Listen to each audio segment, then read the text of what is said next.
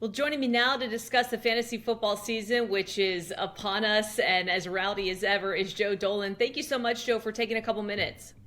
Oh, it's a pleasure, Carolyn. Great to be with you. I've been losing some sleep here recently, just getting up early, doing rankings, following all the news. It's just everything moves as one. You know, if there's an injury in Miami, the butterfly certainly flaps its wings, and you feel it in Kansas City. You know, that's the way things go with the NFL and with fantasy football.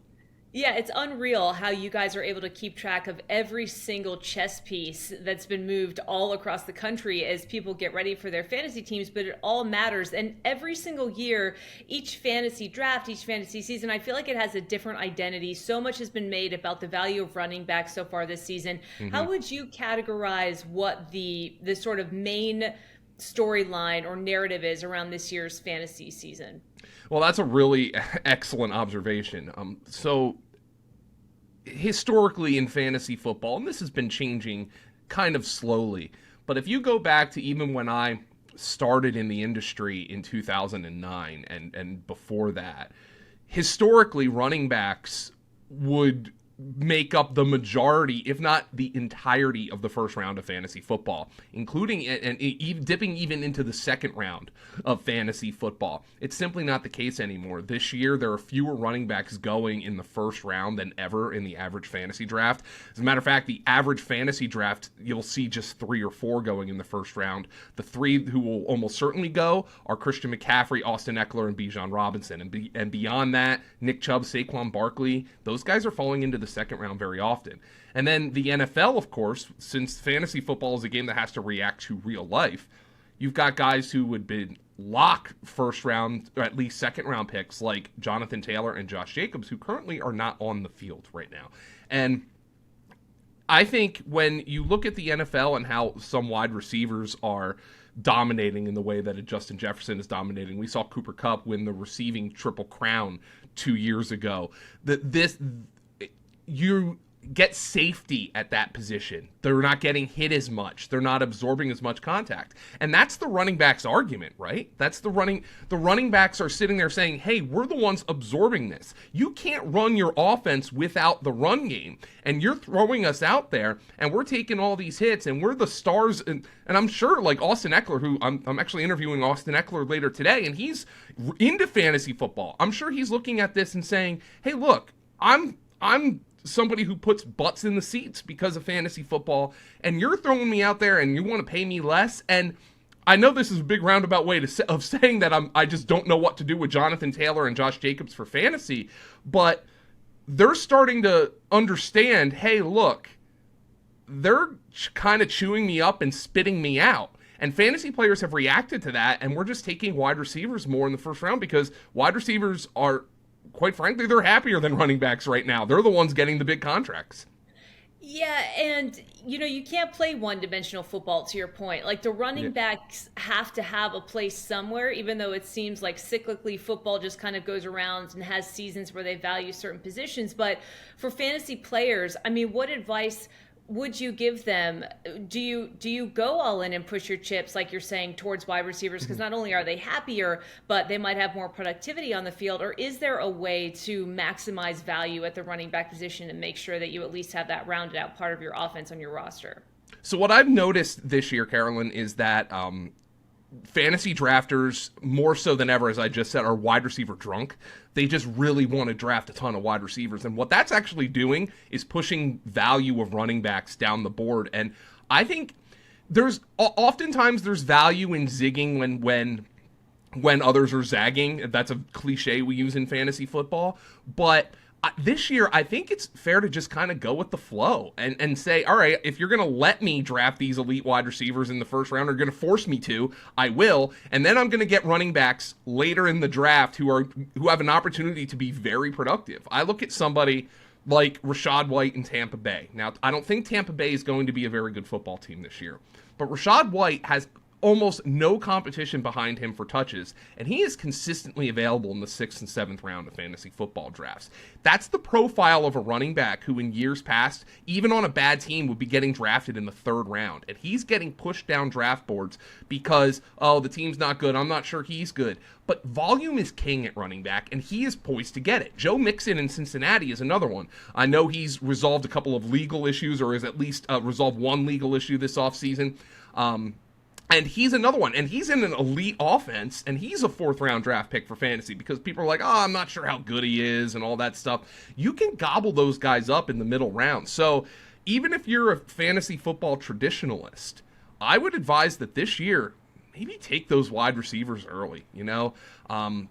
Look, I'm not going to say Christian McCaffrey or Austin Eckler is a bad 1st round fantasy pick. They're phenomenal 1st round fantasy picks. But if I take one of them in the 1st round, I cannot leave the 2nd round without a wide receiver because the wide receiver position is just so much more important in fantasy football now, and people are acting like it's so much more important. I cannot leave my draft without a wide receiver in the first 2 rounds and feel really good about it. What about Christian McCaffrey versus Justin Jefferson? I think Justin Jefferson is the consensus number 1 overall.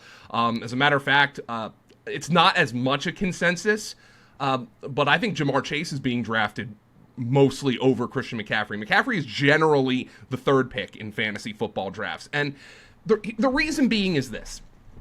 Because players are looking ahead to the 2nd round of their fantasy drafts when they make their 1st round pick. And everything that I just said kind of holds true. If you take Christian McCaffrey at 2 overall, let's say, the best wide receivers available in the 2nd round are often going to be their team's number 2 receiver. So your number 1 receiver will end up being a Jalen Waddle, Devontae Smith, T. Higgins. Those are the guys who are typically going in the back half of the 2nd round. And I don't think fantasy players look at that and say, I don't want a team's number 2 as my fantasy number 1. Now, Devontae Smith, T. Higgins, and Jalen Waddle all produced like fantasy number 1s last season. But I think a lot of folks are thinking, man, if I take McCaffrey that early, I'm going to end up with a guy I'd feel better about as my 2 at wide receiver as my number 1. So that's kind of where the shift is happening. Because as the wide receivers get pushed up the board, the alphas are all getting drafted in the 1st and the early 2nd round. So your Jeffersons, your Jamar Chases, Tyreek Hill is a 1st round pick. A.J. Brown, CeeDee Lamb are 1st round picks. Cooper Kupp is obviously a 1st round pick. Those alphas that you see, those are guys who are all going in the 1st round when in years past they would go in the 2nd. And when you look around at kind of headlines and you manage trying to manage everything all at one time because news breaks and a guy goes to a different team and all of a sudden it dramatically shifts how everybody views their draft. But when you see Ezekiel Elliott moving around, when you see that Dalvin Cook signing that was such a big deal, how does that affect everybody else? Guys like Breece Hall, for example, when you see that Dalvin Cook is now, where he is. So those 2 stories broke, I think, within an hour of each other. Ezekiel Elliott going to the Patriots and then Dalvin Cook going to the Jets. I reacted to them differently. Ezekiel Elliott didn't move the needle too much for me with regards to Ramondre Stevenson because I look at the Patriots and I looked at our numbers that we have at Fantasy Points Data. Ezekiel Elliott, traditionally a very good receiver, but last year he was bottom 5 among running backs in yards per route run. Ramondre Stevenson more than tripled him up in yards per route run. Even Damian Harris, the Patriots' departing bruising running back, more than doubled Ezekiel Elliott in that regard. And the way I looked at that was Ezekiel Elliott is just going to be a body for the Patriots. And I'm not saying, look, they can trust him in pass protection and they can trust him in short yardage. There are absolutely going to be occurrences where Ezekiel Elliott cleans up at the goal line after Ramondre Stevenson got them down the field. That's frustrating for fantasy. But I didn't move Ramondre Stevenson down much, if at all, with the Ezekiel Elliott signing. The Dalvin Cook signing was different. The Dalvin Cook signing, to me, reflected the fact that the Jets want to take it easy with Breece Hall early in the season. And as frustrating as that is for fantasy, because Breece Hall was well on his way to being a top 5 running back in fantasy when he got hurt last year, I think it's probably just a good bit of business by the New York Jets, right? I mean, you don't go out and trade for Aaron Rodgers if you don't plan on being a Super Bowl contender. So if Breece Hall isn't 100%, and I doubt he will be, if he's not 100% in September, those games matter just as much as the ones in December. Carolyn, like if the Jets go 1-3 in September, well, they're going to have a harder time making the playoffs. And I think they wanted to ensure that they had somebody they considered to be a high-end runner so they can have Breece Hall kind of ease his way into the season. My expectation for Dalvin Cook is that he will be the Jets starting running back at the beginning of the season. And Breece Hall, as he gets healthier, they're going to ramp up his usage. I think Breece Hall might be somebody who maybe on draft day I'm not targeting, but man, when he's getting 6 carries in week 1 and 8 carries in week 3, I might throw a little trade offer out there because I think once he gets his feet under him, they're going to increase his workload. I did move Breece Hall down because, like I said, I expect Dalvin Cook's going to be the Jets starting running back in the early part of the season. I think Breece Hall will be the Jets starting running back down the stretch, though, and that's when, obviously, fantasy hay is made.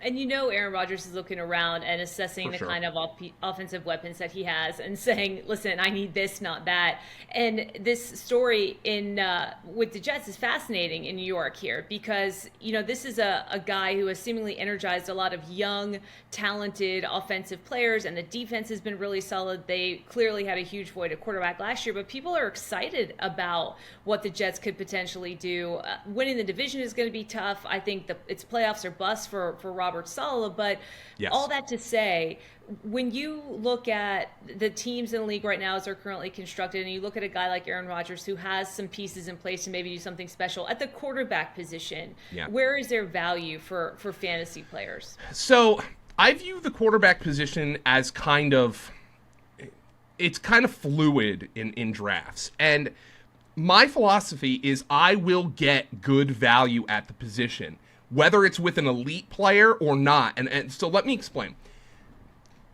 If quarterbacks, like there's people are considering multiple tiers of quarterbacks, and as you well know, the proliferation of the running quarterback, it's upon us. And the elite guys who also can get things done with their legs, Mahomes to a lesser extent, Jalen Hurts, Josh Allen to a great extent, Lamar Jackson to a great extent, Justin Fields to a great extent. These guys are really important for fantasy. But there's still, the quarterback position is still very top heavy in terms of those guys who separate themselves. But the middle tier is very, very thick. So if you're not in the elite quarterback market, you're going to get into what I call the Kirk Cousins tier. And what that is, it's just a bunch of solid pocket passers who are going to put up good numbers year after year. Kirk Cousins, Dak Prescott, Aaron Rodgers is in that tier this year. So all those guys are kind of grouped together. And so how I approach a draft is, if the Mahomes, the Hurts those guys are going off the board in the second, early third round, I'm probably going to pass on those players. And then I'll go dip into the Aaron Rodgers, the Kirk Cousins, the Dak Prescotts of the world. If my quarterback room is, if they're being kind of playing chicken about quarterbacks, hey, I know there's good quarterbacks, I'm going to let even the Mahomeses and the Hurtses of the world fall down the board, that's when I'll select the Mahomes and the Hurts to try to get some differentiation at that position. It's all value-based. So if I view that there is a value in the room at the elite quarterback, I'll dive into the elite quarterbacks. If I think the elite quarterbacks are going earlier than I'm willing, then I am more than happy to wait on, go get an Aaron Rodgers. Remember, and Aaron Rodgers specifically, this is somebody who won the MVP 2 years in a row and then had a bad year last year with a bunch of rookie receivers and an injury. I think you can make an easy argument Aaron Rodgers is being undervalued from a fantasy perspective. He's going off the board as like quarterback 4. He's not even being drafted in some leagues as a starting quarterback. So there is legitimate argument to be made that he is a very good value. Talking with Joe Dolan, fantasy expert. And I know I've only got you for about a minute and a half left. So I'll just kind of wrap up with this and just want to quickly remind everybody who's watching on YouTube here to subscribe and to find Joe if you need any kind of fantasy advice. But you mentioned maybe getting some value for Aaron Rodgers. Who else are sort of sleeper picks, guys that could surprise us, people you have your eye on? So we have an article at fantasypoints.com that's called Mr. Relevant. It's specifically guys to target with your last few draft picks in fantasy football. Some names that are standing out to me right now. Gus Edwards of the Baltimore Ravens he's a boring running back, but let me tell you something, like J.K. Dobbins is a little disgruntled. He's back at practice, but it's potential Gus Edwards has a big role. I've heard very good things about Van Jefferson from the Los Angeles Rams. Again, this is a team, Los Angeles, that's going to be terrible defensively. Who's going to catch the ball outside of Cooper Kupp? So Van Jefferson is somebody who I'm targeting. I have a breakout tight end who is actually my most drafted player in all of fantasy football so far this year. Chigoziem Okonkwo from the Tennessee Titans is my breakout tight end. He is somebody who he had, on an efficiency level, he had a Rob Gronkowski type of season. He just didn't get a ton of targets in Tennessee's offense. So even if he pulls back a little bit in efficiency and gains some volume, Chig Okonkwo's got an opportunity to have a really strong season. The Titans just lost Treylon Burks for a couple of weeks to an LCL sprain, so it's possible Chig Okonkwo is the second highest target earner behind DeAndre Hopkins in Tennessee's offense. And then there's a couple of running backs. The Philadelphia backfield is very confusing. People are like, oh, is Kenny Gainwell going to be the starter? Is Rashad Penny going to be, is DeAndre Swift going to be the starter? I've been dabbling in Rashad Penny and Kenny Gainwell. Those guys are going a little bit later in drafts because I want guys who have a potential role in an elite offense. So those guys are later round picks, mid to later round picks you can invest in. And I think the one guy everybody in fantasy football is all over is James Cook of the Buffalo Bills. He's been blowing up training camp. He's somebody who the Bills have not run the ball very well, with the exception of Josh Allen in the Josh Allen era. I'm not sure James Cook is the kind of bruising running back they might be looking for, but this is somebody who has the versatility to play 3 downs. He's catching wheel routes in practice. I think everybody in the fantasy football community is excited about James Cook, but his ranking on your typical fantasy providers like ESPN, Yahoo, Sleeper has not adjusted to that yet. So he's still somebody you can slip through the cracks in your fantasy football drafts. Incredible insight from Joe Dolan, fantasypoints.com. Go there, read what they have to say. If you're getting ready for football season, we'll leave it there because I know you got to jump. But thank you so much for the time. Fascinating stuff, and we'll be watching. It was excellent, Carolyn. Thank you very much.